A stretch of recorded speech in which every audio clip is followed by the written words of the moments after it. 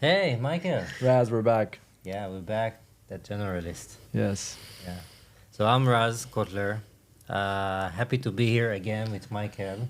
We're doing fun stuff, I think, today when we have a special guest that I really, really like. So, Let's do Michael. it. Yeah, Michael, we're back. We're happy to get this rolling. And I think if you're watching this now, you've probably seen some stuff roll out slowly on YouTube and hopefully get the podcast feed up soon. So that's kind of where we're at with stuff. So it depends on when you'll see this. You should be getting more of this in your feeds. So on to today. We're building. Slowly, but deliberately. Yeah, Yes. deliberately. I like it. Yeah. Okay. Today, they said I'm speak low. So, yeah. Today we have Melissa Tiong, one of the favorite people here that I have to say, like, personal comment in Singapore. And I'm so excited for today. Melissa is account director in NCC Group, over 15 years experience. She's dealing with compliance, risk. Melissa also commit to help customers with their specific needs, not just delivering the service, also giving them the sense that she's there for them, which is the most important thing that I learned from you. Melissa also co-founded the APAC Cyber Security, not just channel, but community, bringing people along together, and not just the VIPs one, or the special people that all of us know, the regular people that have the need to know other people like them, to have a beer together, to have a chat, to have jokes, and learn from each other, and celebrate success, which I think it's so special from my point of view. Thank you. Thank you for having me, Michael and Raz. Welcome. Yeah. Yeah, so we're gonna do our thing, and we usually open when, hey, what bring you to Singapore? Well, you are here, but you're born here. Yeah, that's right. You're born here, so I'm not gonna ask this question. However, I'm gonna say that here in Singapore, I think you're very unique. It's not common to have actually a female in cybersecurity in Singapore, and not just a feeling very like the one that influence the industry. How do you feel about that? I feel that there is a lot of opportunity for changes. There's a lot of opportunity to make the cybersecurity industry and community more inclusive. We talk about this a lot, right? During our drinks, as well as in the chat group, where we talk about diversity is just probably checking a checkbox. The way for people to stay and to help people wanting to stay in the industry is how do we make it more inclusive? How do we make people feel at home? Because you want to stay at home, you don't want to be staying in a hotel.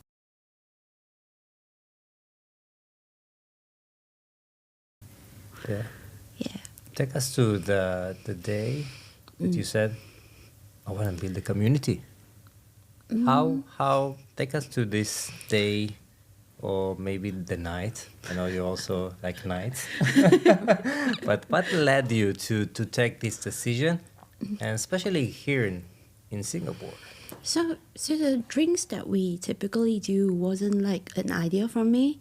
It was because my friend Laura has moved from Sydney to Singapore, and the founder of Day of the Month Club actually said to her, do you want to set up a Day of the Month Club in Singapore?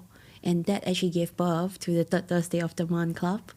When Laura was moving to Singapore, I was introduced to her, and she basically said, join me, come with me.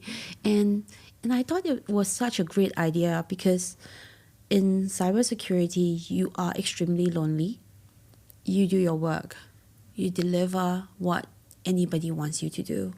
You try to check the checkbox to make sure that your organization comply. You try to find the problem that is not helping you comply, right? Be it human, be it technology, be it certain processes. At the end of the day, who do you want to talk about this to? There are people who will never understand the circumstances that you would like to have conversation about. And they'll be like, oh, why are you so stressed about this? We want to build a community at the end of the day that you can talk to people who can relate to you. People who are fun enough to joke about stuff together. At the end of the day, it should help not only the work perspective of life, but also the mental and physical health of life, which we are also doing a run at the end of the year. Yeah, we gotta do a run. For the community group? I will let Melissa share about it. So one day we woke up and we decided that we need to do a charity run, and it's going to be at Angkor Wat, and a whole lot of us sign up. Maybe 20, 30 people are going to do the run together in Cambodia. Oh, cool. And we are doing a fundraiser together with it. Are you going? Yeah. Yeah. He's already booked his flight. And everything. If it's running, he's going. I'm sure of it. Yeah. So,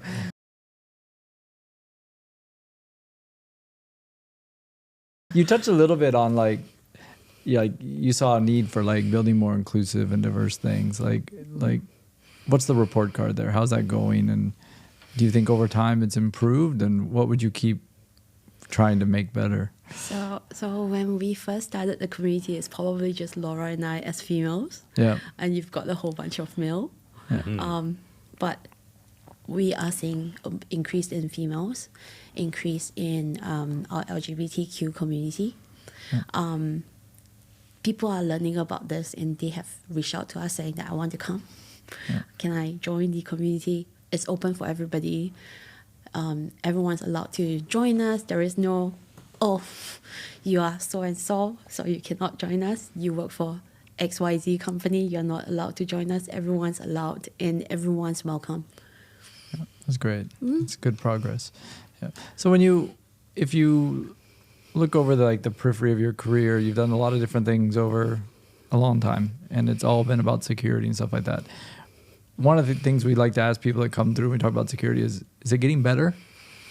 Is because it's always like a chicken and egg or cat and mouse game of like the tech gets better, but then the hackers get better, the things get more complicated, so then the surface area increases. It's constantly in this like cycle. But what's your view of like, is it improving? Is as an industry, are we getting our arms around it better than before? Or? The way that I think of it is like a lifelong learning program, right? You do not get from 0 to 1 in a short period of time. You don't get from 0 to 10 in a short period of time.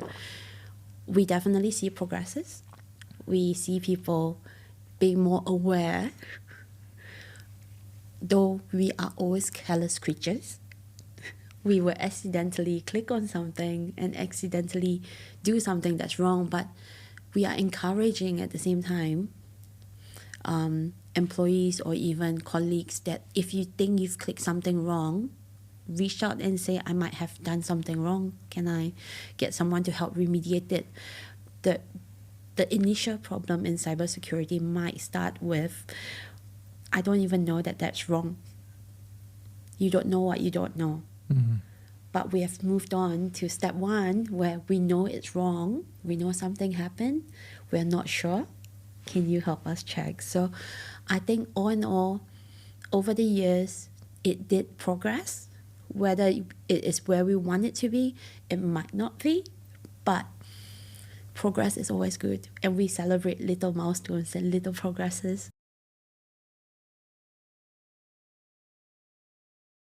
How big's the community now? We have close to about 300 people in the WhatsApp chat group. Drinks can go up to like 100 to 200 people each time. Yeah. Closed. You should come. Yeah, I should. Yeah, you should. But I guess come. coming from like when you started with 2 people to where it's at today, it's quite a big change, right? It's only been 1.5 years, I would say. There is 2 other organizers, Vince and Andreas, and they come from different background as well. So Laura came with the compliance and security risk background. I came from a bit of a sales, compliance, risk background and investigation. Sven came from security architecture. No, not Sven. Andreas comes from security architecture. Sven comes from like coding, channel. So everyone has got different experience, and I think that's how it shaped the whole community to why we want it to be.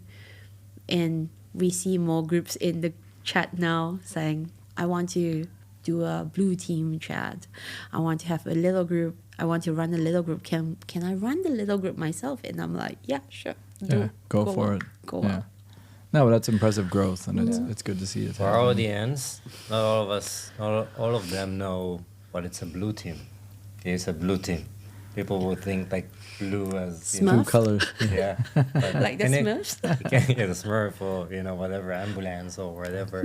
Like, explain, what do you mean like blue team? Blue teams are mostly the defender. You like to think of the attacker as red, like the colors that we have today. Oh, that's why we picked red. Yeah.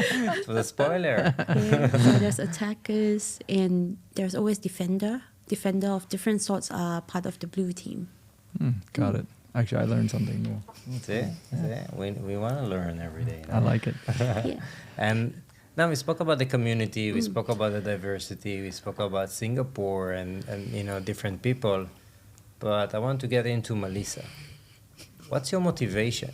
Like, how do you see it growing from now, let's say, 2 years from now? Because I'm saying that as a person that always, I think I have a vision of what's the picture I want to see. What's the picture you want to see? What motivates you there? What motivates me there mainly came from how we can change the world collectively. It will not happen today. It will not happen tomorrow. But we know that in years down the road, by seeding the thought in everybody's mind that this can happen, having a community to help seed the idea is going to help grow it into something bigger in 10, 15, or even 20 years down the road. And we are very practical people, right? We are not expecting it to happen today. We're not expecting it to happen in 1 or 2 years. But we know by doing what we do and keep doing it, it's going to help and potentially have that impact years down the road. Yeah. But for you, you say we, but sorry for double my- clicking. For you, Melissa. Yeah. What do you see? I like to see people coming together more. I like to see that people have someone that they can talk to at the end of the day. I like to see that they can brainstorm ideas as to how things can get better at the end of the day, instead of just hiding in my little corner, crying to myself at the end of the day when things are not working and asking myself, what can I do? Not much. If you ask yourself that question when you're already stuck, but if you ask 10 different people, they might have different ideas. Cool. Yeah, I think it's just the group support can be so big sometimes, right? And I guess there's a lot of learning too, and just the issues that happen in the industry and being able to meet with other people and see what's happening out it. How big is the startup community inside the Startup community? Yeah. Not that big. Not that big. Yeah. Yeah. But we're going to make it bigger, I Yeah. think. Something to work on. Yeah. Yeah. Something to work on. Getting in the community, like what's been one of the kind of things that's come out of it that you think was like a surprise to you, or some neat artifact that's generated from just the fact that you do have a community?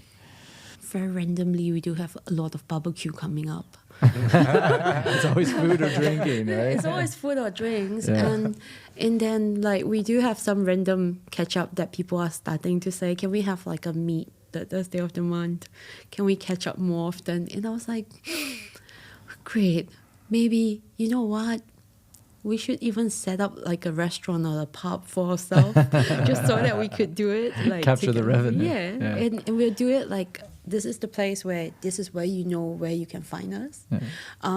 At the same time, I think Raz has introduced us to a company called Red Alpha. which I thought it was like a really good idea, but people don't know enough of what amazing things that they have been doing. And having Yuaf coming to the community and starting to spread the word about how he's going to help groom new talent in cybersecurity is going to be so much more helpful. Yeah. There are just so many little things, right? And our friends coming back saying that I was initially looking for a job. I found a job through the community. We helped to place someone. There are recruiters there who constantly want to be helping someone find a job or help companies fill up a role. Yeah. There's always this, I want to help someone. I want to be able to do something. Yeah. And celebrating, most importantly, celebrating every single milestone in everybody's life. I think those are extremely interesting things that you see that you don't see anywhere else in the industry. Yeah. How do you contrast this to what you would see in Israel with the, because it's so big in Israel, the cyber community, but Yeah. it's growing here, but I'm sure nowhere near the size of Israel, right? Yeah, I think it's a bit different. But the similarity is, I call it maybe in a bigger picture, which is ecosystem. Yeah. Part of an ecosystem, you need to have different players. So here, like the weight going maybe higher on community. Yeah. In Israel, the alumni from the intelligence units, they have their community, what's generating startups. Yeah, there are different communities, yeah. But I think here, because it's maybe a smaller place, it's have much more impact. And also take into consideration that, I think, yeah, that maybe Singapore is around like 7 to 10 years behind what could happen, yeah. If it keeps growing. And it's keep growing. Yeah, that's my thought. And I think just going back to success stories, one of the days, and Melissa just mentioned that, finding a job. And when you track the channel, you already know the people. There is a person that you met that is saying, hey, I'm like, I quit my job or got whatever, yeah. Yeah. And he's asking for the community for assistance. And a few weeks afterwards, People have work. he just came into the WhatsApp group, say, hey, thank you all of you for assisting, supporting me, giving me the resources. I actually find a job because of you. Yeah. It's exciting. Yeah? Yeah. I think that's one of the cool things with community, right? Yeah. Yeah. You touch point startups. Yeah. And I'm going to go back to Melissa. And I want to get your sense about what do you think about the cybersecurity startup community over here, or community or ecosystem or entrepreneurs. Being here so many years, being in the industry, what's your take? I think they're trying. They did something. Obviously, I-71 and SG Tech are doing something good, right? But how do you help to expand it further and bringing it to in front of everybody? Because you see that a lot of startup has startup in maybe I-71. But how do you build that ecosystem that can grow quicker? From my perspective, I don't think it's all about funding. It's not always funding, but giving them the tools so that they have the ability to showcase more of like their services and products that they are building. I think that is slightly lacking in Singapore. We do hear about like startup A, startup B, startup C, but what do they do? How can we help them be more visible? I think everyone's trying to I'm trying to do what I can do. And they are building blocks. Like they are building all the blocks. They are trying to make things work. But how do we make them more visible? Because we do have like good startups in Singapore. The problem is we don't see them enough. There is a huge lack of visibility as well.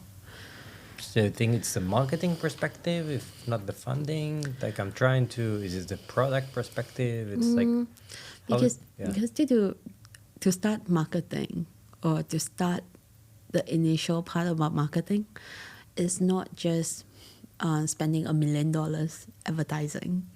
That will not work because people still don't know who you are, right? Having conversations with people, telling people that I'm building this, start that pipeline of writing blog posts, having an initial, I want to do this on LinkedIn. This is what I'm building, giving updates regularly. This is what we've done. Talk to us if you're interested to find out more, sort of thing, instead of just I'm building it myself. I feel like that's a lot of like what's happening, and chasing for funding is another. While everybody needs funding, it's a critical part.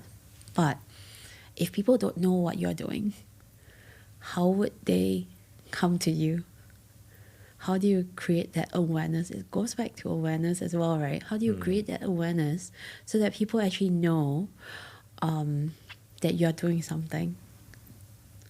Yeah, and I don't even know if the totality of the ecosystem has put enough of a marker around cybersecurity as Singapore being a place to do it, right? Yeah. Like, and I don't, not pointing a finger or anything. I'm just saying from you hear a lot about it's a place for e-commerce, or it's a place for logistics, or it's a place for B2B. Yeah. But you don't hear a lot about, and actually that's a question, like, I'd go back to flipping this to like, what was different about Israel that made it work? Was it because the intelligence community created so many startups? Because you definitely don't see that here. A lot of people don't even know Interpol headquarters for Asia is here with a deep cyber secret clean room, I think, or whatever they want to call it there, that they do a lot of research here. But you don't see a lot. And I know for a while they were even having a conference and they tried to bring some startups into the scene, but it never really took off, I don't think. I could be wrong on this. So if anybody listens to me and wants to correct me, please do. But I'm just wondering, what is the difference that you saw from why did Israel like explode with this versus Keep exploding. versus, and maybe it shouldn't be just about Singapore. Why do not other places get that link up, right? There are some ingredients that make this special cocktail. Yeah. This cocktail can be, reproduced in different locations. And let's put the US on the side. Sure. Because it's a huge country with lots of resources. And I like to compare between Singapore and Israel. Both places, small markets. Yeah. So the Israeli ecosystem, the ingredients that create came from, first of all, from the government and the authority of innovation. They said, we want to focus on information security, and was the riskiest place to invest. So they put lots of money. They didn't take, shares or stocks from the cap table of the companies, or they even did action to reduce tax for the big companies, to give them the leap for success. And then Specific to cyber. specifically for they call it information security before it's been cyber. Got it. This is one action they did. Second action, they expand the budgets for the intelligence units in the army. So if it was X amount of people, it's become 4X. And the research over there and the actions they did, and it's all was intentionally. But is the idea there that those people will fall out or create more people that go into building startups because they came from... Some of that, because they were thinking about the economy. Yeah. They thought they will not stay for the entire career. Yeah. For sure, what they did, they kept them for at least 5 to 6 years. So they didn't get their knowledge and went out. They came after 6 years in average. And then these minds, when they came out, another recipe and the ingredient was, there was also 3 to 4 VCs that they had the appetite to invest in these young people. Yeah. In Israel specifically. In Israel. Yeah. And the fourth one was we're gonna invest in companies not for IPOs. Nobody liked to say it, but it was feature exit. Okay? Let's build something, let's call it platform, Yeah. but it's actually a feature that's gonna fit like, big problem to solve. And I'm sure there is other ingredients over there, Yeah. but this is what created the velocity that we see today. There is a great book, it's called The Startup Nation. If you didn't have a chance to read, Yeah. now it's the time. But I think there's a lot of correlates to Singapore doing a lot of those things, right? But there's just this exponential difference in the cybersecurity, in what Israel's created versus, and it's not a slight to Singapore. No other place has really created it either. So right? I think Singapore, apart from like what we do as a nation that we do really well in being at the heart of the trade route, Yeah. which is why logistics works really well here, was that years ago we focused a lot on biotechnology and bioscience. I think we have only now, to be very honest, we have only now started the focus in technology. Even in the 1990s, we have a technology firm which is called Creative Technology who makes Sound Blaster. That was the only technology firm that we had for a very, very long time. Yeah. So I think, to be honest, the accuracy of what you say about like us being a few years behind Israel is probably and potentially true, because I think the focus was not into technology Exactly. until more recently, whereas Israel has been doing technology incubation since maybe 10, 15 years ago. Yeah. And I think you see the potential. Look at Changi. Amazing. Yeah. The engineering, the thinking about you have USB, ports everywhere. Yeah. So someone thought that someone gonna take a seat, plug in. He will need it. Yeah. Now I want it to be USB-C.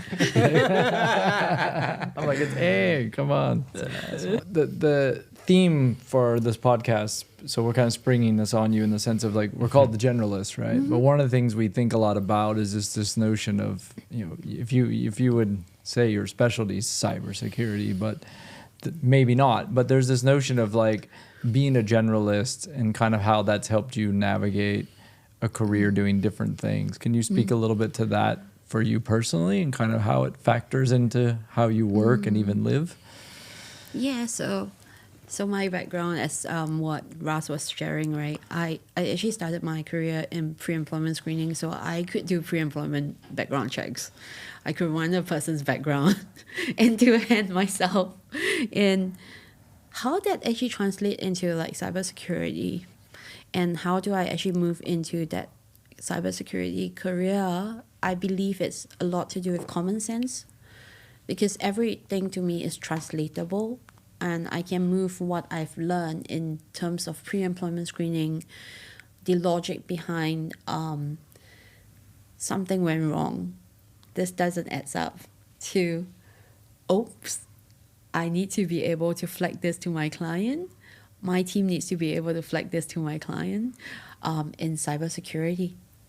So I believe the one thing that is always going to sit in the room is for cybersecurity, risk, security, compliance. It's always common sense. The joke was that day when I was saying to Ras was, even as a person, when you reach home, the first thing you know to do is to close your door.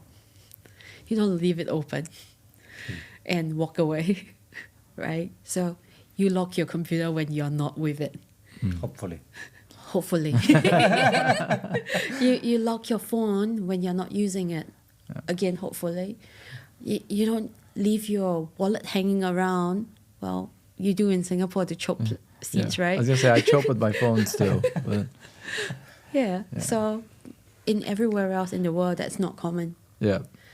But also that is something that travels help a lot to understand the necessity of like risk in security.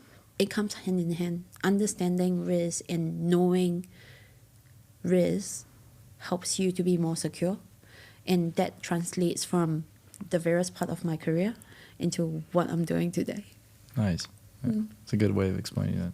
And I think in a lot of, like we all know, like when a lot of the surface area for attacks is actually just social engineering, it's because no common sense was used in the making of that thing, right? Like this is the part that always, like when I just get baffled sometimes when I see these things that have happened from people who have gotten robbed, if that's what you want to call it, in Singapore. And then when you read the article where it says, oh yeah, they're giving me an app in WhatsApp that's a link. Oh no, there is no app. And you're just like, my spider sense or whatever would be tingling so badly that by the first weird looking URL on a WhatsApp, I'm already put block, report spam, and I don't even know what the next message. And yet these people carry on for another 20 messages and they end up giving them some money. And I'm always just, my head's blown. I'm like, what? Why did you do that? So I just had a conversation in the group the other day saying that I actually do not pick up phone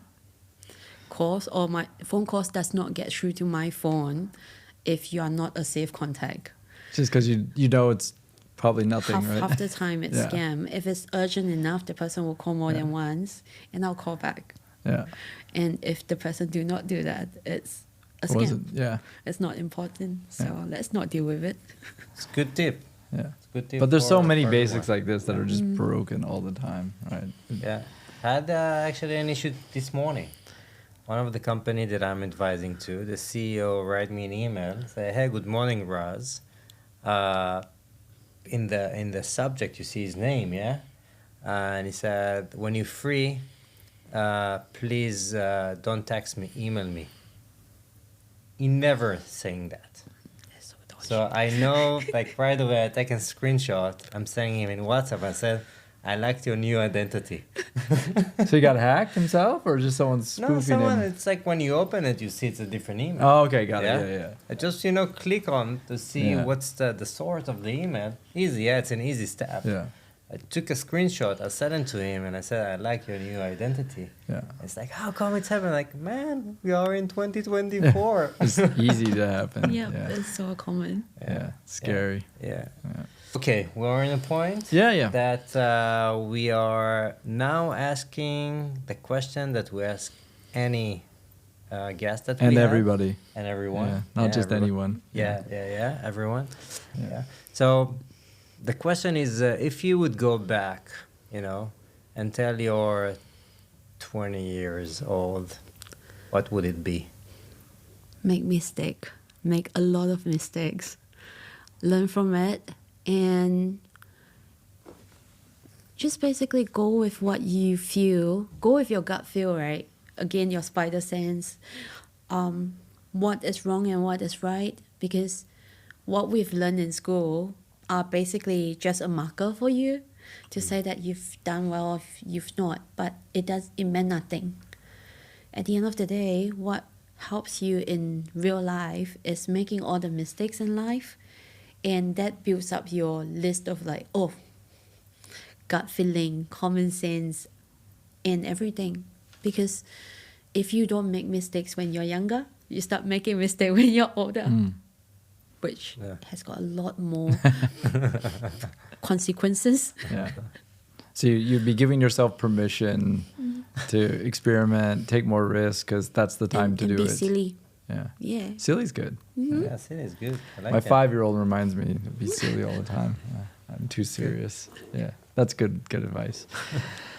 What do you, we're all tech nerds, which means too much laptops, phones, WhatsApp, all this, especially in cyber, a lot of lonely things. Of course, you're in sales, a little bit different, but when you're outside of that mode, what do you do for your mental, physical, wellness, or to keep yourself sane? I don't know if I actually keep myself sane. Start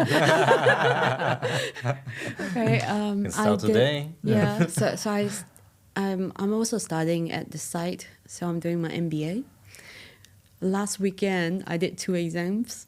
I did statistics and business law. Ouch. Yeah. I don't know if I do that, and I think I don't really know if I do winding down, but I think escaping into a different identity in life helps a lot. because when you're studying, you're focused on learning something that's different from what you do day to day. Yeah. So just give yourself a context switch. Yeah. Move out. Yeah. And I think like being able to compartmentalize. So my personality at work is my personality at work. When I'm outside work, I do something different. When I'm with a community, this is what I do. And I've got like different persona for different things. Makes sense. Yeah, that helps. Okay, tell us about something that you are watching now, maybe reading, that you want to share, you're listening. Can be podcasts, can be, Netflix, something. Because I'm going to Taylor Swift's concert in Wembley in August. Oh, wow. So my playlist has been on repeat to just make sure that I know her songs. So that is what I'm listening to at the moment. But I'm reading different things at almost every day, right? So I've got like Audible on sometimes when I'm driving. What was it that I have that I'm reading at the moment? It's a very interesting book about getting out of your comfort zone. And everyone's feeling like, it's uncomfortable, but that's the uncomfortable layer of everything is when you grow. And nobody tells you that when you were a kid. They were like, I'm pretty sure when we were young, everyone's going like, oh, you have got to do this, you have got to do this, you have got to do this. But nobody actually explained why that was said and how that will define you differently. And being able to accept something that's out of your comfort zone is going to help you a lot more. So I think I'm learning that now, and it's a good thing. Yeah, I think it's. I had a weird conversation with my 5-year-old once because something bugged her with what somebody said. It was just a little thing, and I told her, "Hey, you're not always gonna like what people say, but you should just listen to them anyway."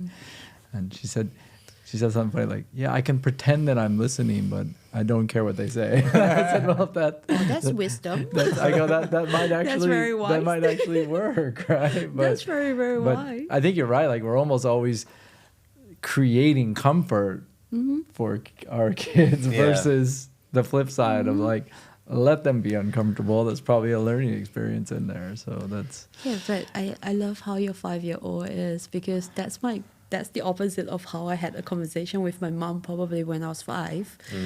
And every kid wants to grow up to be loved or to be liked. Yeah. So I had a conversation about how I think one of my classmates really disliked me.